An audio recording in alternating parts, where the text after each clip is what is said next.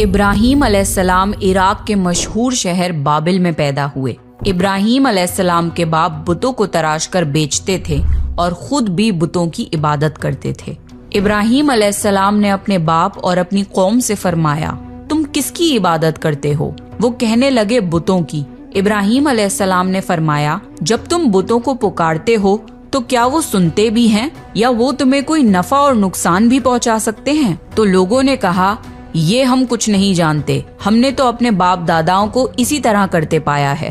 اللہ نے ابراہیم علیہ السلام کو کم عمر میں ہی ہدایت دے دی تھی، اس لیے ابراہیم علیہ السلام نے کبھی ایک لمحے کے لیے بھی بتوں کی عبادت نہیں کی تھی۔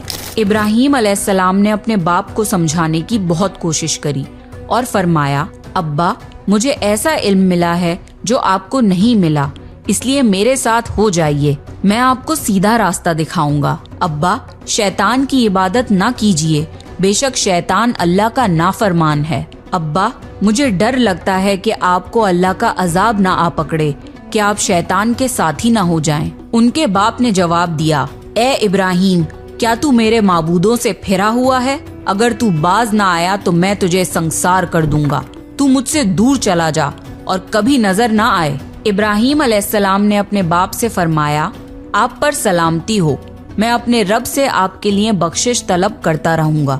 والد کے سخت جواب کے بعد ابراہیم علیہ السلام نے ان سے علیحدگی اختیار کر لی۔ ابراہیم علیہ السلام بت پرستی سے سخت چڑھتے تھے۔ عید کے دن ان کی قوم کے لوگ کھانا پکا کر معبودوں کے سامنے رکھتے تھے، پھر شہر کے باہر ایک میدان میں جمع ہوتے، وہاں کھیلتے کودتے اور خوشیاں مناتے۔ شام کو گھروں کی طرف آتے، صبح بتوں کے پاس جو کھانا رکھ گئے تھے اس کو اٹھاتے اور تبرک سمجھ کر کھا جاتے۔ اس دفعہ جب عید کا دن آیا تو سب تیار ہو گئے، پر ابراہیم علیہ السلام تیار نہیں ہوئے۔ وہ لوگ جانے سے پہلے ابراہیم علیہ السلام کے پاس آئے اور پوچھا، کیا آپ ہمارے ساتھ نہیں جائیں گے؟ ابراہیم علیہ السلام نے آسمان کی طرف نگاہ کی اور فرمایا، میں بیمار ہوں۔ وہ لوگ ابراہیم علیہ السلام کو چھوڑ کر چلے گئے۔ پھر ابراہیم علیہ السلام ان بتوں کے پاس گئے، دیکھا کہ ان کے سامنے کھانا پڑا ہے اور ان بتوں نے اس کھانے کو چھوا تک نہ تھا۔ ابراہیم علیہ السلام نے انہیں مخاطب کر کے کہا، یہ اتنا کھانا تمہارے سامنے پڑا ہے، تم اس کو کھاتے کیوں نہیں؟ تمہیں کیا ہو گیا ہے کہ بات تک نہیں کرتے؟ پھر پوری طاقت سے کلہاڑا مار کر ان کے ٹکڑے ٹکڑے کر دیے، لیکن بڑے بت کو چھوڑ دیا۔ تمام چھوٹے بتوں کو توڑ کر کلہاڑا اس بڑے بت کے کندھے پر رکھ دیا۔ لوگ جب واپس لوٹے تو حیران رہ گئے کہ یہ کیسے ہو گیا۔ قوم کے لوگوں نے مشورہ کیا کہ سب کو جمع کرو اور ابراہیم کو بلاؤ اور اسے سزا دو۔ سب جمع ہو گئے اور ابراہیم علیہ السلام سے بولا گیا، اے ابراہیم، ہمارے بتوں کے ساتھ یہ حرکت تم نے کی ہے؟ ابراہیم علیہ السلام نے جواب دیا، یہ کام تو اس بڑے بت کا ہے، مجھ سے کیوں پوچھتے ہو؟ تم اپنے معبودوں سے کیوں نہیں پوچھ لیتے کہ ان کے ٹکڑے ٹکڑے کس نے اڑائے ہیں؟ ابراہیم علیہ السلام کی یہ بات سن کر وہ سب سوچ میں پڑ گئے۔ پھر کہا، اے ابراہیم، کیا تمہیں علم نہیں کہ یہ بول نہیں سکتے؟ اب ابراہیم علیہ السلام نے فرمایا، تم اللہ کے سوا ان کی عبادت کیوں کرتے ہو جو تمہیں کچھ بھی نفع نہ دے سکیں اور نہ ہی نقصان پہنچا سکیں؟ تعجب ہے تم پر اور ان پر بھی جن کو تم اللہ کے سوا پکارتے ہو۔ تم ان کی پوجا کرتے ہو جن کو تم خود اپنے ہاتھوں سے تراشتے ہو۔ کیا تم میں بالکل عقل نہیں؟ لیکن سب کچھ سمجھنے کے بعد بھی وہ لوگ اپنے کفر پر ڈٹے رہے اور ابراہیم علیہ السلام کو سزا دینے کا فیصلہ کر لیا۔ پھر ان لوگوں نے ایک میدان میں کئی دن تک خوب ساری لکڑیاں جمع کی اور اس میں آگ لگا دی۔ جب آگ خوب بھڑک اٹھی تو انہوں نے ابراہیم علیہ السلام کو رسیوں سے باندھ کر اس آگ میں ڈال دیا۔ اس وقت ابراہیم علیہ السلام نے یہ دعا پڑھی، حسبنا اللہ و نعم الوکیل، میرے لیے اللہ کافی ہے اور وہی بہترین کارساز ہے۔ اللہ نے آگ سے فرمایا، اے آگ، ابراہیم پر ٹھنڈی ہو جا اور سلامتی والی ہو جا۔ چنانچہ جب ابراہیم علیہ السلام کو آگ میں ڈالا گیا تو وہ ٹھنڈی ہو گئی۔ آگ بھی اللہ کے حکم کے بغیر نہیں جلا سکتی، اس لیے کیونکہ یہ بھی اللہ کی مخلوق ہے اور اس کی قدرت بھی اللہ کے پاس ہے۔